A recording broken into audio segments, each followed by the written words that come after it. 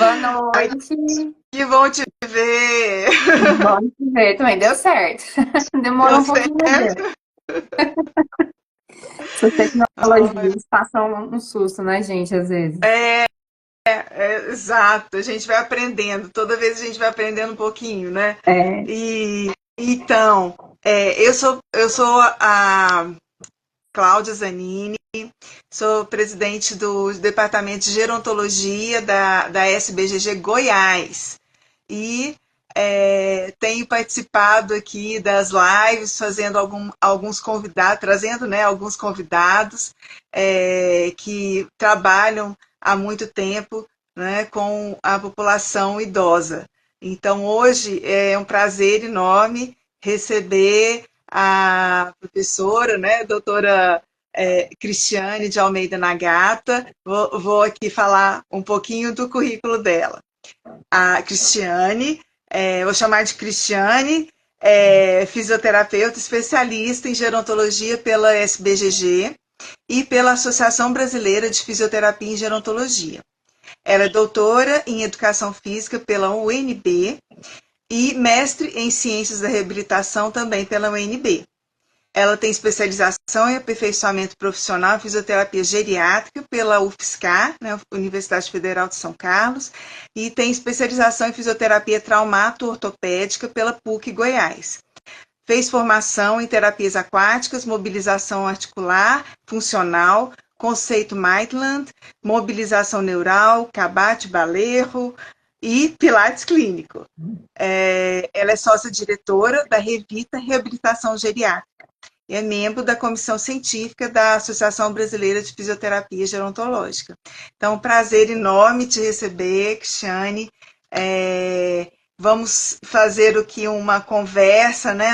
Vamos fazer um papo informal, mas que traga muito conhecimento, né? O conhecimento que você tem, então, toda essa experiência e todos os estudos. Né? o prazer é meu, Cláudia. Muito obrigada pelo convite. Eu fiquei muito feliz, né, pelo seu convite, em nome da SBGG Regional Goiás.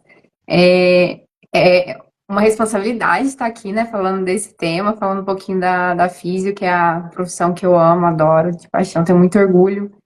Então, vou tentar esclarecer um pouquinho aqui, né, como que a físio pode contribuir aí para o envelhecimento ativo. Uhum.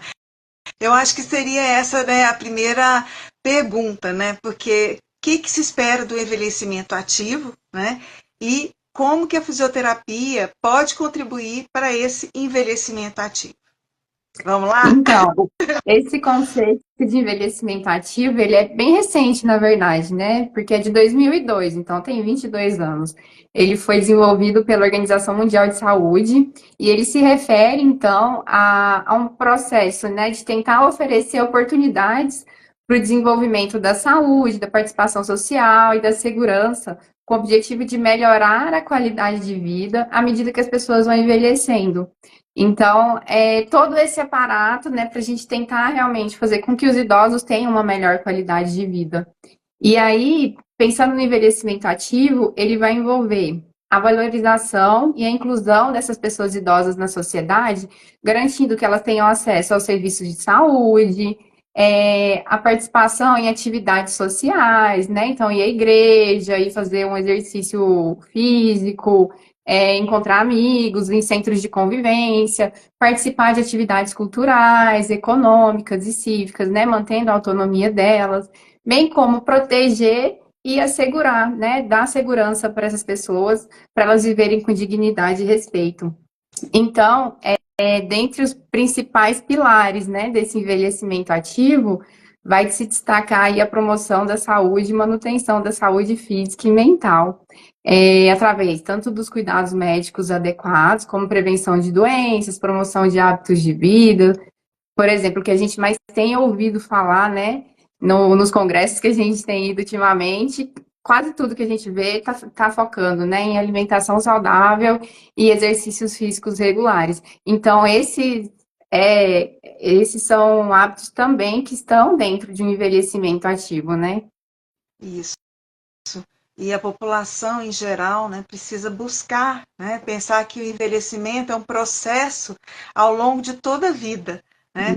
A gente não se torna velho ou uma pessoa idosa porque completou 60 anos. Sim. Né? 60 anos seria um marco legal, né? Que dentro da legislação brasileira, né, pelo Estatuto da Pessoa Idosa, se coloca, né, que é 60 anos ou mais, né, que a pessoa se torna uma pessoa idosa. Né? Mas a gente sabe que esse processo é ao longo da vida. Né? E quanto mais essa promoção, né, da saúde, né, ela é cultivada em todos os âmbitos, né?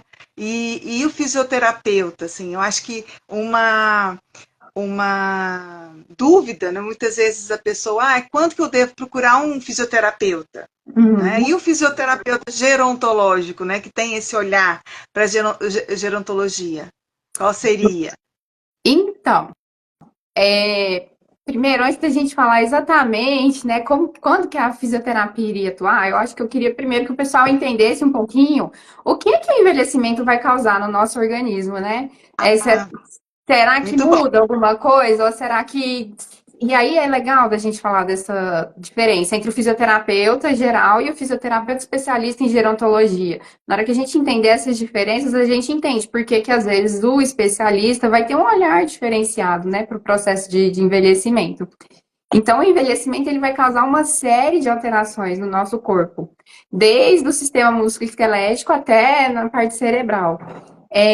E aí é o que você falou, é um processo, né? Um processo que vai começar a acontecer de forma gradual já a partir dos 30 anos de idade. Então, a partir dos 30 anos, a gente já começa a apresentar algumas perdas, né? Embora os efeitos mais perceptíveis realmente vão acontecer aí a partir dos 60 anos. E que dentro da fisioterapia, um dos pontos que eu enfatizo muito é a perda da massa e da força muscular, né? Que vai estar relacionada à sarcopenia, que é então essa diminuição da massa muscular e, junto com ela ou não, a redução da força e também do desempenho funcional, então da capacidade de fazer as atividades do dia a dia. Elas vão começar a partir dos 30 anos, né? Vão ficar mais significativas a partir dos 50, mas elas já começam aos 30 anos. E aí, com o avançar da idade, essa taxa de perda muscular, ela vai aumentando, vai acontecendo de uma forma mais rápida, principalmente se a pessoa é sedentária e não faz exercício. E aí, só para a gente ter uma ideia, né? A partir dos 60 anos, então, a diminuição da massa muscular, ela vai acontecer de 1 a 2% por ano. Então, a cada ano, a gente perde 1 a 2% de massa muscular a partir dos 60 anos. E a força, a gente perde mais do que a massa. De 1,5 a 3% de perda de força muscular por ano a partir dos 60. Então, imagina, né? A pessoa ali com 65 anos, se ela perdeu o mínimo aí, que é 1%, ela já perdeu 5% de massa muscular. E se ela perdeu o mínimo de força, que é 1,5, que a gente fala 1,5 a 3, ela perdeu 7,5% de força. É Então, muito. são perdas significativas demais, né? É quase 10% aí, pensando na força. E aí, além dessa perda de força, de massa, a gente vai ter outra perda que é muito relacionada à massa muscular, que é a da densidade mineral óssea. Que palavrão, né, Cláudia? Para o pessoal que está em casa entender, então a densidade mineral óssea ela está relacionada com a osteopenia, né? Que é uma perda um pouco mais branda dessa densidade mineral óssea, né? Da quantidade de osso que a gente tem. E está relacionada com a osteoporose, que é então uma perda mais severa da quantidade de osso. E aí, essa perda da densidade mineral óssea, ela vai acontecer também a partir dos 30 anos, porque a gente alcança o pico de massa óssea nos 20, 30 anos de idade. E depois disso a gente já começa a perder.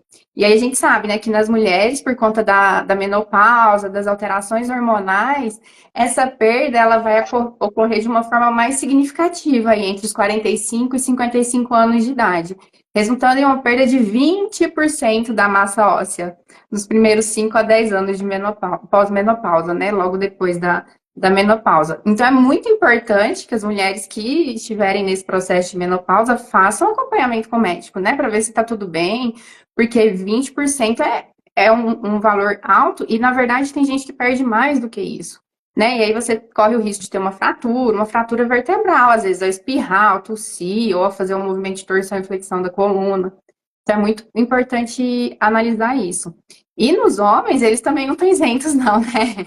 Neles também acontece essa perda de uma forma mais lenta, né? Porque não tem essas questões hormonais da menopausa, mas ela é contínua também, após os 50 anos. Então, eles também vão ter essas perdas. E aí, eu comecei a falar, acabei não falando, o músculo, ele está muito relacionado com o osso, né? Então, vocês vão ver que eu falei aqui, e nos 30 anos, mais ou menos, é quando começam as perdas, tanto de um quanto do outro. Porque tanto o osso quanto o músculo, eles têm uma mesma origem embrionária. Então, eles estão muito relacionados. E aí, eu estou falando isso porque quando a gente for pensar em tratamento, em como a fisioterapia vai ajudar, a gente vai entender que a forma que ela vai ajudar uma coisa ou outra, ou a sarcopenia, perda de força, ou a osteoporose, osteopenia, é muito semelhante o tratamento. Então, são duas variáveis muito relacionadas, porque um músculo forte gera uma tensão no osso, e essa tensão no osso ajuda a formar mais massa óssea. Então, eu preciso do músculo forte para eu ter um osso forte também. E aí. Cristiane, e me veio aqui a pergunta, né? E como seria, né, a melhor forma de observar esses sinais, né? De que você realmente precisa buscar um auxílio profissional, né? Em relação a esse comportamento nos nossos ossos, nos nossos músculos, né? E, então, a sarcopenia, hoje em dia tem alguns tipos de diagnósticos, né? A sarcopenia, essa perda de massa, de força, de capacidade funcional, a gente pode observar por exemplo, um teste da sarcopenia que a gente faz é o teste de sentar e levantar da cadeira. Então, provavelmente, um idoso está com dificuldade para levantar da cadeira, provavelmente ele tem sarcopenia. Se a família observa também que às vezes esse idoso emagreceu muito, pode ser que durante esse emagrecimento dele ele tenha perdido também massa muscular. Então, pode ser um outro sintoma, sinal aí da sarcopenia. E também uma velocidade de marcha reduzida. Então, se o idoso está andando mais devagar, pode ser também que ele esteja com sarcopenia. Então, a gente tem que fazer um teste de rastreio, né, com algumas perguntinhas, fazer os testes físicos mesmo, para entender como é que está a força, como é que está a marcha desse idoso. E aí, em alguns casos, o médico vai pedir também, né, o exame que vai ver lá a quantidade de massa muscular para identificar se realmente é só a força que está ruim ou se também tem uma alteração aí de massa muscular. Em relação à osteoporose e osteopenia, o médico vai pedir os exames também, né, para ver como é que está essa densidade mineral óssea. Geralmente eles pedem a densitometria óssea, né? E aí pode fazer os exames de sangue também, para ver essas questões hormonais que a gente falou no caso das mulheres, né? Mas geralmente esses são os sintomas a ser observados, assim. Uhum, uhum. Pode Pode falar, falar. pode falar. Não, é que a gente estava falando, então, essa questão, né, de observar, né, esse processo que é natural, mas que a gente precisa promover a saúde, né? E Sim, como promover a saúde? Que uma fisioterapia sim. pode ajudar? Então, a FIV ela vai ajudar com alguns exercícios, né? Por exemplo, com o envelhecimento também, a gente vai ter aí a redução da flexibilidade, mobilidade das articulações. Então, é muito comum, né, o idoso chegar para a gente falando um pouquinho sobre, falando um pouquinho não, se queixando, né, da artrose, falando que às vezes está com maior rigidez, está com dor nas articulações. Essa redução da flexibilidade, né, e também da mobilidade das articulações, ela também vai acontecer aí a partir dos 40 anos. Essa rigidez articular, ela vai atrapalhar os movimentos, vai atrapalhar de repente o sentar e levantar. O idoso também ele vai ter problemas de equilíbrio, né, que vai aumentar o risco de cair, vai aumentar o risco dele ter queda, né, porque um é consequência do outro. Então, se ele cai, se ele tem um risco de cair, ele tem um risco aumentado de ter fraturas também. E essa perda de equilíbrio também pode começar a se manifestar aí com 50 anos de idade, né? Não é nem nos 60 lá, né? A gente pensa em procurar, às vezes, o geriatra ou o especialista em geronto só com 60, 65, mas com 50 anos essas perdas do equilíbrio já começam a acontecer, né? E não só no equilíbrio, mas em toda a função sensorial. Então, a gente começa a ter déficit de visão, de propriocepção, né? O que é propriocepção? É entender como é que está meu corpo posicionado no espaço. Tem enfraquecimento muscular, como a gente já falou, tudo isso vai contribuir para instabilidade postural, aumento de risco de quedas.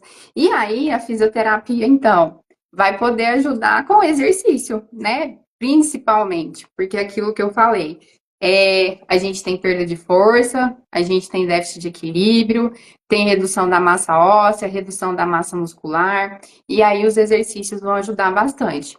Mas, além dos exercícios motores, a gente tem também a fisioterapia respiratória que a gente pode fazer, tem os recursos para alívio de dor, então tem uma série de outros fatores.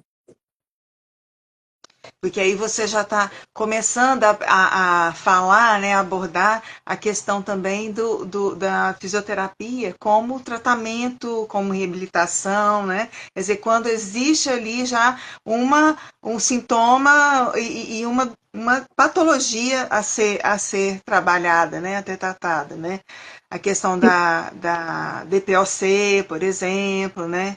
Sim, a fisioterapia vai ajudar tudo isso. Então, ela vai ajudar, então, no controle da diabetes, né? Da diabetes, da pressão arterial. Por exemplo, a gente vai fazer por meio dos exercícios que a gente vai desempenhar, e aí é importante a gente falar isso, né? Para cada condição, a gente vai prescrever um tipo de exercício diferente. Então, o exercício que eu vou prescrever para o paciente com DPOC, às vezes não vai ser o mesmo do paciente com insuficiência cardíaca, que provavelmente não será o mesmo do paciente que tem osteoporose, mas tem uma condição cardíaca boa, que não vai ser o mesmo do paciente que precisa prevenir quedas, que está com risco de quedas aumentado, que está com déficit de equilíbrio. Então, para cada limitação, a gente tem um tratamento diferente, né? Igual o médico. O médico, para cada problema que a gente leva para ele vai passar um medicamento específico. Então, na fisioterapia, a mesma coisa. Para cada limitação que eu me queixar para o fisioterapeuta, ele vai prescrever um programa de exercícios e de outras técnicas combinadas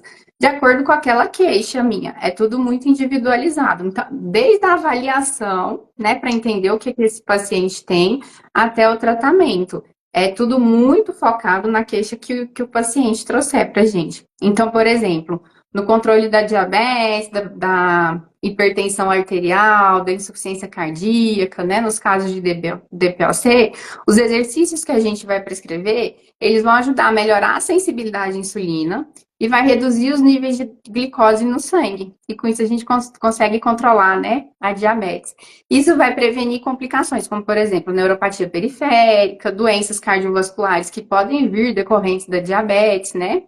Por meio de exercícios aí que vão melhorar a circulação e que vão fortalecer os músculos. Por exemplo, no paciente cardiopata, a gente vai fazer um outro tipo de exercício que vai aumentar a eficiência do coração desse paciente, vai aumentar a força muscular, e quando eu aumento a força muscular das pernas, eu auxilio o bombeamento do sangue para o coração, então é como se o músculo da perna fosse um ajudante ali para circular, né, para bombear o coração. Isso vai melhorar também a função dos vasos sanguíneos e vai promover uma diminuição da pressão arterial. E na DPOC, por exemplo, tanto na insuficiência cardíaca, na verdade, quanto na DPOC, vai depender muito da queixa do paciente, eu posso combinar os exercícios com técnicas respiratórias, que vão ser complementares, né, do exercício. Então, o físio, ele pode usar algumas técnicas respiratórias específicas e exercício de força, exercício aeróbico, né, se entender que esse paciente não deve de equilíbrio, exercício de equilíbrio também. E tudo isso combinado vai ajudar a melhorar a função pulmonar, a ventilação, então vai ventilar melhor o ar ali dentro daquele pulmão. A gente vai ter uma redução da resistência das vias aéreas, né, facilitando a respiração. Se for um paciente secretivo, a gente vai fazer a higiene brônquica que a gente fala, né? Então vai ajudar a eliminar essa secreção. E aí, em todas essas condições mais crônicas, diabetes, hipertensão, insuficiência cardíaca, DPOC, a gente costuma ter uma inflamação sistêmica, né? Então, inflamação em todo o organismo.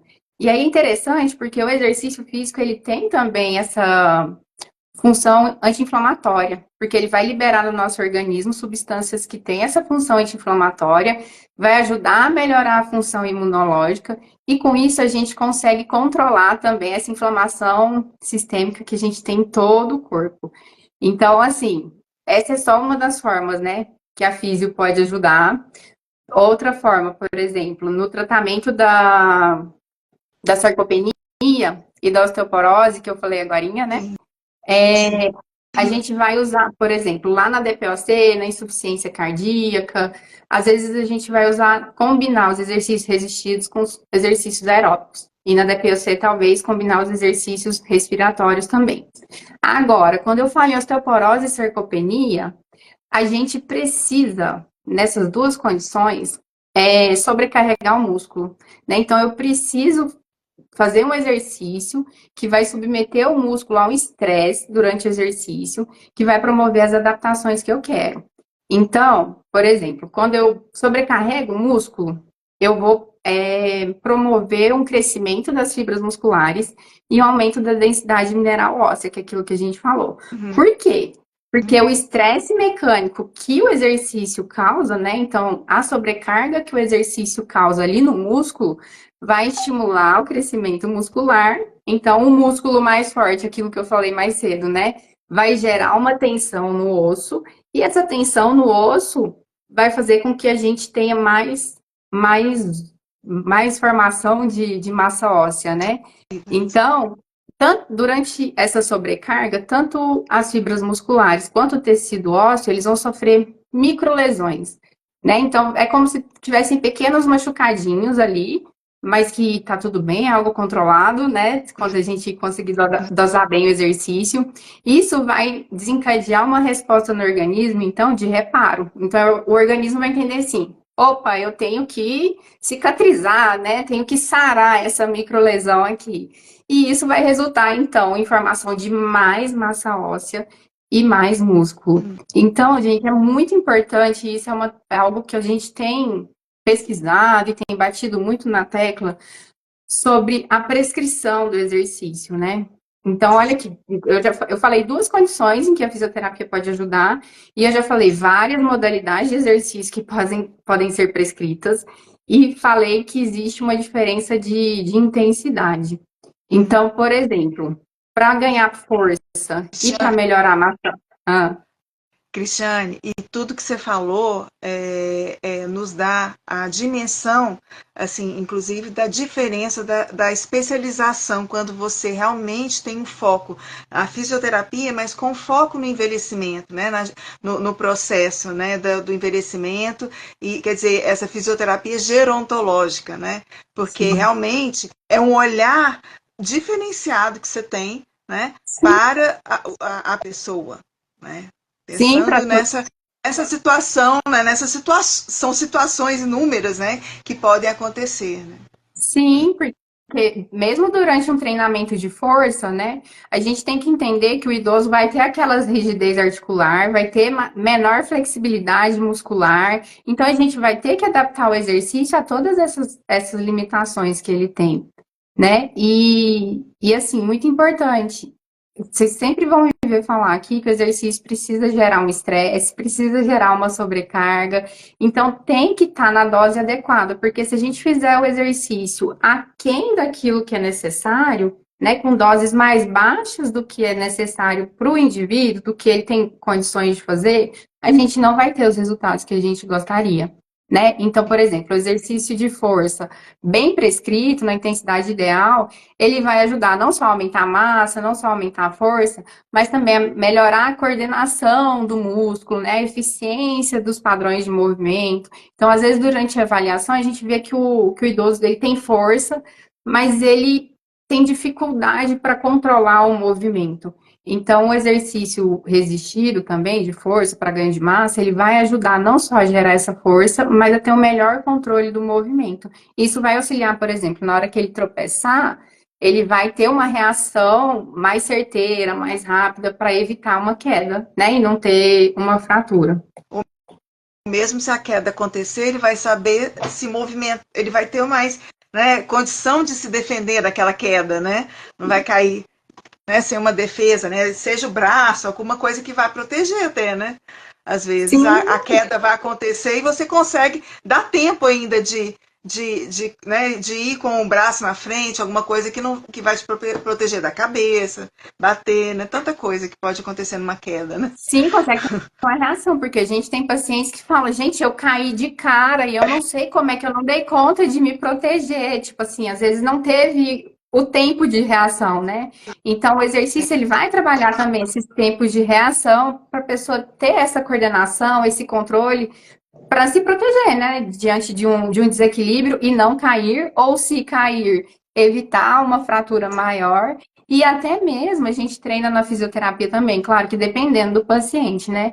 Mas a gente treina, inclusive, ensinar o paciente a levantar após uma queda.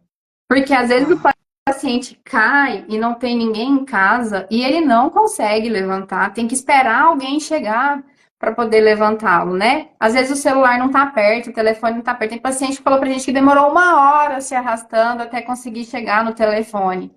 Então, dependendo, se a gente entender que o paciente tem condições para isso, a gente vai colocar ele no chão, primeiro para ele perder esse medo de. Porque na hora que ele cai, a primeira coisa que acontece é desesperar. Né? Ele entra em desespero porque ele está no chão. Só da gente colocar eles no chão, eles já ficam desesperados. Durante a fisioterapia, que está tudo controlado. Então, imagina depois de uma queda. Então a gente treina ele ir para o chão, ele ficar na posição certa para levantar, se arrastar até um móvel mais próximo e firme para ajudar a se levantar, né? Então a gente treina tudo isso. A física pode ajudar de tantas formas, gente, que a gente poderia falar o dia inteiro aqui. Mas aí é cada caso a gente vai ajustando. importantíssimo isso que você está falando em relação às quedas. Nossa, muito importante, né? Tudo que você falou, né? Mas assim, eu acho que é como se fosse é uma proteção, né? Então, e você também, quando faz os exercícios, eu acho que você estava falando e eu estava me vindo assim, o quanto a cognição vai sendo também trabalhada, né? Porque você vai tendo essa consciência, né? Atenção para fazer um exercício, vai tendo consciência do corpo, quer dizer, toda essa percepção do seu corpo, tudo isso você está trabalhando também, né, cognitivamente o seu cérebro, né? Então você está trabalhando de uma forma global a pessoa, né? Mas, o Cristiane, Ah. eu estou aqui olhando para o relógio e estou aqui pensando que a gente não pode deixar a sua live, né, esse momento passar sem você falar da sua pesquisa do doutorado. Fala um pouquinho Ah, pra gente, mas a né? gente acabou já Doutorado dá falando. tanto trabalho, tem que falar um pouquinho pra gente, né? A Mais uma gente, fisioterapeuta doutora, né? Acho que é sim. importante. Deixa eu falar, eu vou pegar os dois ganchos. Eu vou falar do doutorado, mas eu vou Ok, falar também da vai. cognição que você Isso, falou, porque é algo sim. surpreendente, na verdade, né? Eu acho que a maioria das pessoas não sabe ainda, às vezes, né? Ou se sabe, não entende a complexidade disso, mas que o exercício, a fisioterapia pode auxiliar também na cognição, né? Então, o exercício, né? Ele vai ajudar a melhorar o fluxo sanguíneo no cérebro, vai fornecer mais oxigênio, nutrientes ali para esse cérebro, para ele ter uma melhor performance. Isso vai ajudar a promover novas conexões e Também. reorganização das conexões já existentes, né? Isso vai promover a melhora da função cognitiva. O que é função cognitiva, né, gente? A gente às vezes fica falando tanto assim, e o pessoal às São vezes que muitas. está em casa não vai ter essa noção. Mas a cognição, ela tem a ver com a atenção, tem a ver com a memória, que é a mais falada, né? Com o planejamento de uma função, a velocidade de processamento das informações. Então, numa queda, a pessoa tem que ter um corpo com uma boa reação, músculos fortes, né? Com uma boa coordenação motora, mas ela tem que também ter uma boa velocidade de processamento das informações que chegam no cérebro. Então, o cérebro tem que entender, eu desequilibrei, eu tropecei, o que que eu vou fazer? Aí ele tem que responder rapidamente para mandar esse comando para o músculo, lá para a articulação, para eles saberem reagir. Então, isso é cognição também, a tomada de decisão do que fazer ou não fazer, raciocínio, tudo isso. E aí o exercício, ele ajuda também a melhorar a cognição, gente. Então, olha só, não tem porquê mais se falarem que não fazem exercício, que não ajuda, né? Não Além tem que disso, escapar. Não tem como não tem. Tem que fazer, porque os benefícios são inúmeros. E aí a gente fica pensando que será que o exercício também pode promover a liberação de alguma substância no meu corpo? Ou será que essas substâncias só podem chegar no meu corpo para melhorar a cognição por meio de medicamentos, né? Como é que é isso? E aí tem várias pesquisas já falando que o exercício ele aumenta a produção de serotonina, dopamina, noradrenalina, tudo isso, todas essas substâncias elas estão envolvidas no controle do humor, da atenção, da memória, né? E todos esses outros aspectos que eu falei da função cognitiva. Além disso, ele ajuda a melhorar o sono também. Então, para quem tem insônia, o exercício também vai ajudar a auxiliar na promoção, na produção de melatonina. Isso vai melhorar a qualidade do sono, que a gente sabe, se não dorme bem, a cognição também fica alterada, né? E vai ajudar no geral, né, nessa reorganização, nessas novas sinapses no cérebro. a endorfina, né? Também tão famosa endorfina, né? Está ligada ao Sim, exercício, né? É isso mesmo. todos esses fatores. Todos, tudo isso. E aí, E vamos falar do doutorado, né? é, No doutorado, o que que eu fiz? Eu acho que talvez não tenha dado ainda para perceber, mas já deu um pouquinho, que eu adoro o tal do treinamento resistido, né? Porque à medida que eu fui estudando na Geronto, eu fui entendendo que para o idoso o treinamento resistido ele tem muitas indicações, ele tem muitos benefícios. E então a gente decidiu ali no meu doutorado focar a minha pesquisa realmente no treinamento resistido. Então, das duas que já são 3 artigos, um ainda vai ser submetido, a gente retoma ele mês que vem, mas 2 já foram publicados. Um dos artigos que já foram publicados, ele tentou investigar, então, né, qual que é a influência da força muscular das pernas, de cada grupo muscular das pernas, com a ocorrência de quedas em idosos. Então, a gente encontrou que o idoso que ele tem um abdutor, né, que é o músculo que a gente usa para abrir a perna, é o glúteo médio, então a lateralzinha aqui do bumbum, é esse músculo. A gente encontrou que esse músculo forte, ele reduz o risco de quedas em idosos. Então, quando a gente for treinar força para essa população idosa que está em risco de cair, talvez seja interessante a gente incluir no treinamento de força o treinamento e fortalecimento dos abdutores, né? Que são músculos que vão auxiliar a estabilizar, que vão melhorar a marcha e com isso vão reduzir o risco de quedas. Além desse artigo, a gente teve também uma revisão sistemática em que a proposta foi mais ou menos parecida, né? A gente queria identificar se existe uma relação da dosagem do treinamento resistido, então do volume de treinamento, né, da frequência, tudo, com a prevenção de quedas em idosos. Então, será que se eu colocar uma carga alta no treinamento resistido, será que eu vou diminuir a ocorrência de quedas em idosos? Aqueles idosos realmente que fazem o treinamento resistido, eles caem menos? E a resposta é que sim, o idoso que faz o treinamento resistido, ele cai menos. Em alguns desfechos, a gente entendeu que o fortalecimento dos abdutores também pode auxiliar na prevenção de quedas, né? E existe também ali dentro da revisão o achado de que, em alguns casos, pode ser que uma carga mais alta de exercício resistido para treinamento de força, de massa, ela possa ter melhores resultados do que uma carga mais baixa, né? Então, por exemplo, a gente fala em repetição máxima, né? Então, se o idoso, o máximo que ele consegue levantar uma vez é 1 quilo, o ideal talvez é eu trabalhar durante o exercício 70%, 80% desse 1 quilo.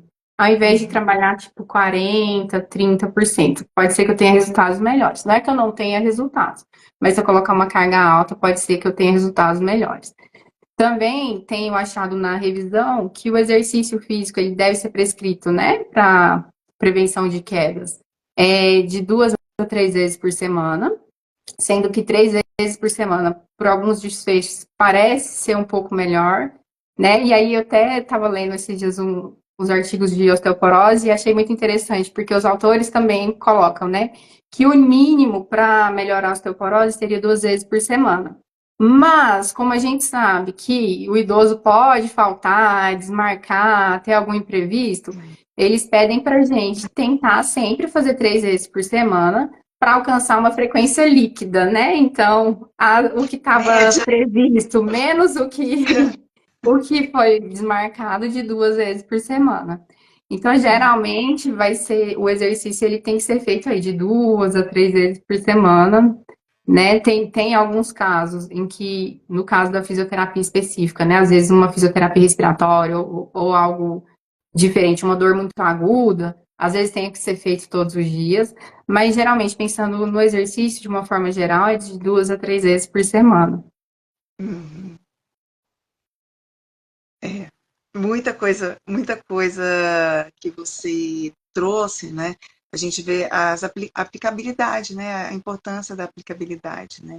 E a diferença, né? Do olhar do fisioterapeuta com o outro profissional, por exemplo, o profissional da educação física, né? Que muitas vezes a pessoa fala, ah, não, eu não vou procurar fisioterapia, eu vou procurar o educador físico. Talvez fosse interessante você traçar aqui para a gente também, falar um pouquinho da diferença, né, do olhar de um do outro. O que você acha? Então, os dois são importantes, né? Mas vai depender muito da condição do idoso, né? Se é um idoso mais rígido, mais independente, que não tem limitações importantes, que às vezes não tem uma dor aguda, é, o profissional de educação física vai trabalhar nesse foco de performance, de prevenção e de promoção da saúde, né? Mas se for um idoso já que tem uma limitação mais importante de movimento, né? Então, às vezes não consegue levantar o braço, ou tem dificuldade para dobrar o joelho, ou que está com uma dor aguda, ou que tem uma condição cardíaca que precisa ser reabilitada, ou que tem uma condição respiratória que precisa de exercícios respiratórios específicos, né? Então, geralmente, esses idosos com maiores limitações, talvez a fisioterapia consiga ajudar mais, né? Porque é o foco da fisioterapia, né? Essa reabilitação, o tratamento de algumas condições de saúde, tratamento e controle. E às vezes vai ter casos em que o paciente vai começar com a físio e logo ele está bem, tá sem dor, tá sem nenhuma limitação importante, tá sem nenhuma dificuldade mais importante de movimento, e a gente vai entender que já dá para ir para educação física, né? Com esse olhar mais de performance, de promoção, de saúde, ou um controle de uma condição crônica, né? Que não precisa tanto de uma reabilitação mais específica. Daí a gente encaminharia esse paciente para o profissional de educação física. O importante do que você falou, né, é esse olhar também da gente olhar gerontológico, né, de pensar, por exemplo, você trabalhando numa equipe, né, em que Sim. momento, né, que você vai encaminhar ou que você vai receber o encaminhamento também, né? Qual o profissional que vai te mandar esse paciente, né? Como que ele chega para você, né? Sim. É o geriatra que geralmente encaminha, ou geralmente o paciente vai procurar depois o fisiatra que vai encaminhar mesmo, quem, né? Quer dizer, a Paula aqui falou, somos parceiros, é isso mesmo, Paula. Né? Eu acho que esse olhar que é da abordagem gerontológica, né? Que é sempre um olhar que é multiprofissional, né? Que é tão importante, porque só o médico, ele não dá conta, né? E ele nem quer dar, que a gente sabe disso, né? A gente conhece, né, o pessoal, né, da geriatria e vê o quanto eles valorizam também, né, a equipe multiprofissional, né? Sim, e assim, é interessante isso, né? Porque a gente recebe encaminhamento tanto do médico, geriatra, ortopedista, neurologista, de pneumologista também, né? Nessas condições mais respiratórias. quanto de profissionais de educação física. Por exemplo, a gente tem paciente que chegou pra gente que foi o personal, o paciente foi hospitalizado e quis voltar direto para educação física. E aí o personal falou: não, peraí, o senhor precisa de uma avaliação respiratória, às vezes de uma fisioterapia para auxiliar nessa melhora respiratória, que essa é algo que realmente, até onde eu sei, né, a educação física não faz tanto, assim, eu até sei já que estão inserindo nos hospitais profissionais de educação física, mas eu acho que essa parte respiratória mesmo, as técnicas ficam muito mais para fisioterapia mesmo. E, por exemplo, na redução da dor, né, que é um outro benefício da físio, por exemplo, pacientes que estão com dor, seja ela aguda, né, com menos de 3 meses, ou crônica, com persistência aí de 3 a 6 meses ou mais, nesses pacientes, a fisioterapia, ela tem recursos que a gente usa que o profissional de educação física não tem. Por exemplo, a eletrotermofototerapia, então a gente pode usar um laser, um ultrassom, um TENS, para melhorar esse processo inflamatório, para reduzir a dor desse paciente. A gente vai prescrever os exercícios terapêuticos, né? Pensando em fortalecer os músculos, estabilizar as articulações, melhorar a flexibilidade, restaurar a função, né? Então a gente quer que ele chegue numa função boa para a gente encaminhar para o profissional de educação física e reduzir a dor. A gente vai usar a terapia manual, que também é um recurso que acaba sendo diferente, né, entre físio e educação física.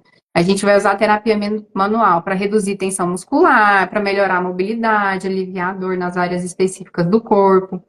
Então, tem esses pontos em que uma profissão difere da outra. E da mesma forma, gente, se eu tiver um paciente muito independente comigo e for tentar tratar ele na fisioterapia, às vezes eu vou estar estimulando ele menos do que o profissional de educação física estimularia. Então é isso que eu estou falando. Tem esse idoso que ele tem maiores limitações e que ele precisa da físio, mas tem esse idoso mais rígido, mais independente, mais forte, que faz corrida, que anda quilômetros por dia, que aí a fisioterapia é pouco para ele. Ele precisa realmente do estímulo da educação física. Então, as duas profissões são sensacionais, uma complementa a outra, mas cada uma realmente vai atuar num foco, né? Tem sua especificidade, né? E é É, importante pensar, né, na qualidade de vida que a gente está, né, melhorando, né, e ajudando a implementar na vida da pessoa, né? uhum, Eu estou vendo aqui, tem vários colegas aqui, tem gente da físio, da psicologia, a equipe multiprofissional está aqui todo assistindo, né? mundo. Tem alguém que quer falar alguma coisa, quer perguntar alguma coisa para a Cristiane? Vou abrir aqui uns minutinhos se alguém quiser perguntar, fique à E vontade. enquanto eles perdem a vergonha aí, enquanto eles fazem as perguntas, eu queria enfatizar também, né, que a gente acabou não falando, fala tanta coisa, Muita, mas passa a muito físio, a gente pincelou, mas não adentrou muito, né? A fisioterapia também vai auxiliar, então, na prevenção das quedas, né? A melhorar o equilíbrio, seja fortalecendo os músculos dos membros como um todo, seja fortalecendo esses músculos que a gente fala do core, né? Esses músculos estabilizadores. O fortalecimento dos músculos, ele vai auxiliar, né? Nesse aumento da estabilidade articular, melhorar o controle postural e aquilo que eu fiz, né? Aquilo que eu falei mais cedo ali, sobre a reação, a velocidade de reação. A gente pode incluir na fisioterapia exercícios que vão estimular o sistema vestibular, que é um sistema primordial, né, quando a gente fala em equilíbrio, que ele é o responsável, então, pelo senso de equilíbrio e orientação espacial. É ele que vai dizer pra gente como é que eu estou orientado no espaço. Não é à toa que quem tem labirintite sente essas tonturas, né? Então, a labirintite muitas vezes é um déficit aí no sistema vestibular. Então, a gente pode incluir esse tipo de exercício na fisioterapia. Então, exercício com movimento da cabeça, com movimento dos olhos, movimento do corpo como um todo, né? Para desafiar esse sistema e promover algumas adaptações que vão melhorar o equilíbrio. A gente vai estimular a propriocepção, né, que é o entendimento de como o meu corpo está posicionado no espaço. Então, meu braço está lá para cima, meu braço está para baixo, como é que está meu pé, ele está ele tá levantando quando eu tô caminhando, então a gente vai fazer esse tipo de trabalho também de percepção corporal, controle motor, coordenação. Vamos treinar a marcha, né? Então, se de repente esse idoso tá caindo muito, será que é porque ele tá com um passo muito curtinho, às vezes um passo passando muito pertinho do chão ali, quase arrastando o pé, e aí, quando tem um desnível qualquer, ele não consegue levantar o pé e tropeça? Será que eu tenho que trabalhar isso durante a marcha dele? Será que eu tenho que fazer uma marcha com obstáculo para ele reaprender, né, para se tornar algo automático? Ele levantar o pé mais alto quando ele encontrar um obstáculo? Eu posso trabalhar também. Eu posso instabilizar esse idoso de forma proposital para que quando vem uma instabilidade ele tenha a reação. Então eu posso dar estímulos de um lado para o outro, empurrar ele para frente, para trás, para que ele consiga trabalhar o equilíbrio dessa forma, né? E tenha maior fluidez dos movimentos ao se movimentar ali. Qual que é a Uhum. pergunta? Eu tô curiosa. Ela falou que colocou uma pergunta, mas eu não consegui achar aqui. Ah, Home Angels, coloca a pergunta de novo pra gente, então, por Por favor, eu favor. pedi para ela colocar de novo aqui a pergunta. Enquanto isso, eu estava querendo falar para vocês que estão assistindo, né, que se você tem interesse de entrar na SBGG, né, entre no site da SBGG, sbgg.org, né, .br, para conhecer, né, os trabalhos da SBGG e vir trabalhar conosco, né, na SBGG Goiás, que a gente precisa de ter mais pessoas que sejam tituladas também para poderem participar da diretoria, né? Porque para participar da diretoria da SBGG de uma estadual, né, regional, é preciso fazer a prova de título da SBGG, né, nacional. Uhum. Então, a gente em Goiás precisa ter mais pessoas tituladas, né? Então, sintam-se convidados a virem participar, estamos à disposição para qualquer dúvida, Com, tá? com certeza. A professora Juliana Toledo perguntou aqui, Tá. é, depois fale como me se filiar e onde ficam, como filiar e onde ficam. É isso, né? É isso que eu tô falando aqui, porque a gente, para filiar, é pelo site da SBGG Nacional. Então, é sbgg.org.br, aí você preenche a ficha lá, e aí só depois de preencher a ficha que a gente vai receber, né, na secretaria da SBGG de Goiás, que a gente recebe, né, em função do seu endereço, né, aí eles enviam para o local, tá? Qualquer dúvida, estamos à disposição. A gente tem uma secretaria só que funciona na Elo Eventos, né? Ela que faz a nossa secretaria. Então, vocês podem nos procurar também aqui pelo Instagram, pelo e-mail, e a gente tá à disposição. Tá? E todos os profissionais, né, Cláudia, podem se Sim, filiar. Então, profissional de educação física, eu vejo que às vezes eles não têm tanto conhecimento, então venham se filiar, né? Estejam aqui com a gente, é muito importante. Fisioterapeuta, profissional de educação física, musicoterapeuta, como a Cláudia, né? Fonoaudiólogo, psicólogo, a Regiane deu um pulo aqui, a Keila também.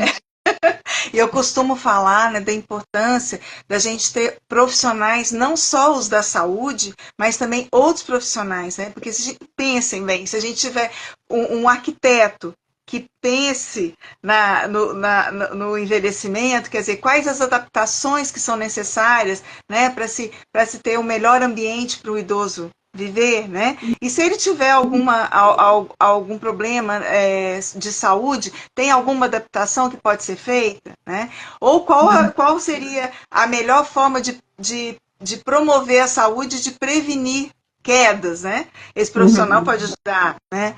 a gente pensar na informática, né, o engenheiro de computação, quer dizer, tantos movimentos, né, que a gente pode fazer, né, pensando, né, na parte, né, da computação, o técnico de enfermagem, a Suelene colocou, muito importante. Nossa, sem o técnico de enfermagem, a gente não tem como, né? E o cuidador de idoso, né, são profissionais que cada vez mais têm sido procurados. A gente sabe que a população idosa, ela, em poucas décadas, ela vai ser maior que a população de jovens no nosso país. Então, Uhum. estejamos atentos e estejamos preparados, né, para receber essa clientela tão grande, né, que está cada vez maior no nosso país.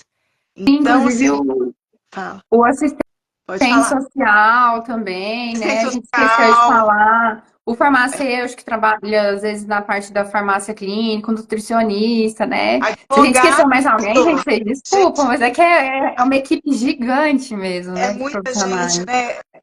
Nós já tivemos na SBGG um tempo atrás um advogado, né, que, quer dizer, ele era do Ministério Público, quer dizer, tinha todo um olhar, né, voltado para as problemáticas, né, do idoso, né, desde problemáticas dos direitos, né, como as questões muito, muito assim capciosas, né, como a violência, né, tipos de violência, como proteger o idoso, né, das Uhum. inúmeras violências no dia a dia. Inclusive em junho tem o dia, né, de alerta, né, quanto à violência contra o idoso. Então, se não me engano, é dia 16.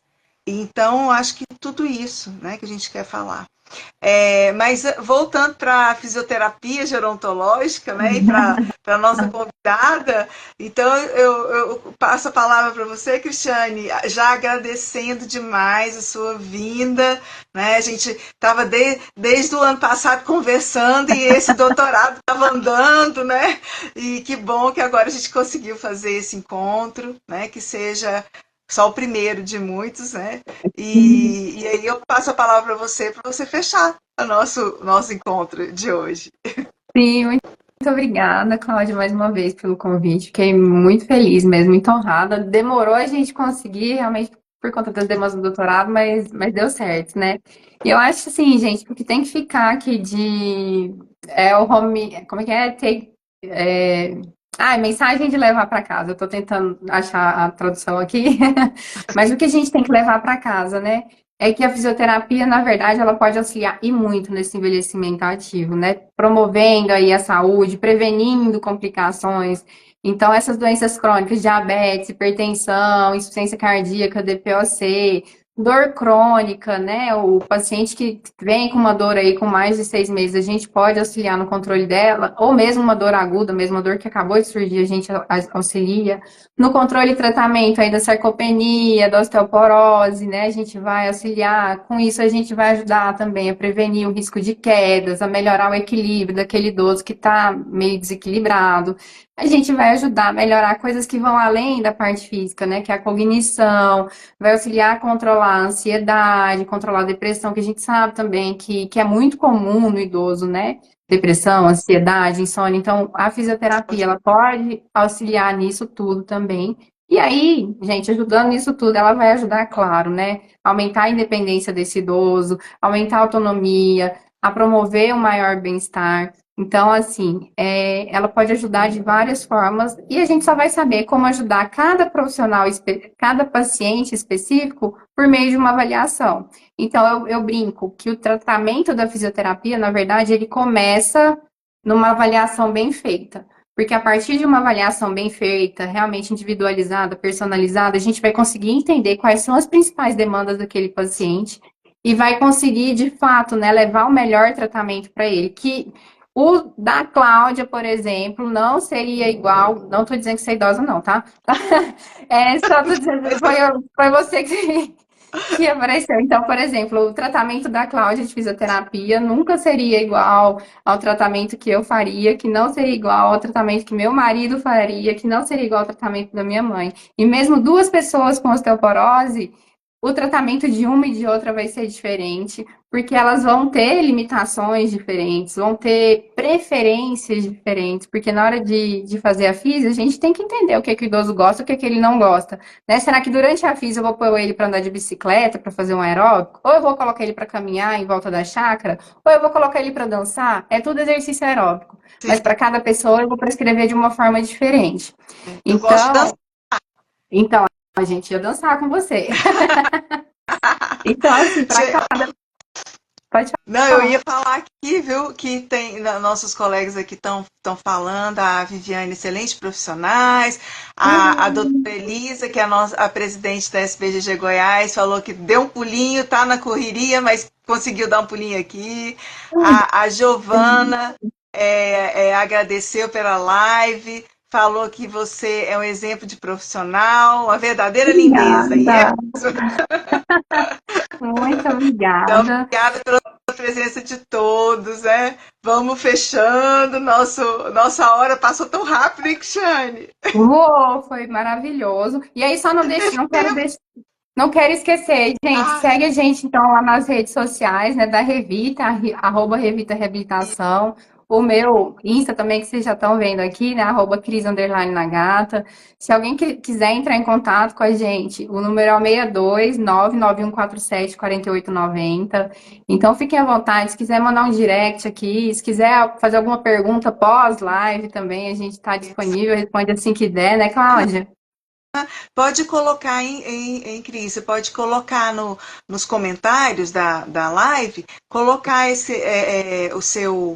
o seu contato, se você quiser, tá? Ai, O link da clínica, do seu, da sua, né, do Revita. Isso, Revita Reabilitação. coloquei. Isso, ótimo, isso mesmo. É isso mesmo. Então, gente, boa noite para todos, um bom final de noite para todos. E eu agradeço muito, né, pela presença de cada um, porque Muito somos todos importantes dentro da equipe multiprofissional. Pensem nisso. Né? Obrigado pelo conhecimento, a Selma está falando. Excelente pessoa. obrigada, Boa Selminha. Boa noite, noite, boa doutora noite, Elisa. Muito boa obrigada noite, por ter dado um pulo aqui, né? Ter feito esse esforço. boa noite, Elisa. Até mais. Agora eu vou fechar aqui. Então, Tá boa noite, Cláudia. bom? Muito, muito obrigada, viu? Beijo. Beijão. Tudo de bom. Boa noite, pessoal. Boa noite. Deixa eu ver como que eu faço aqui.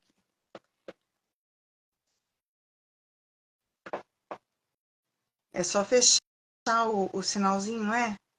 Uhum. Fechar.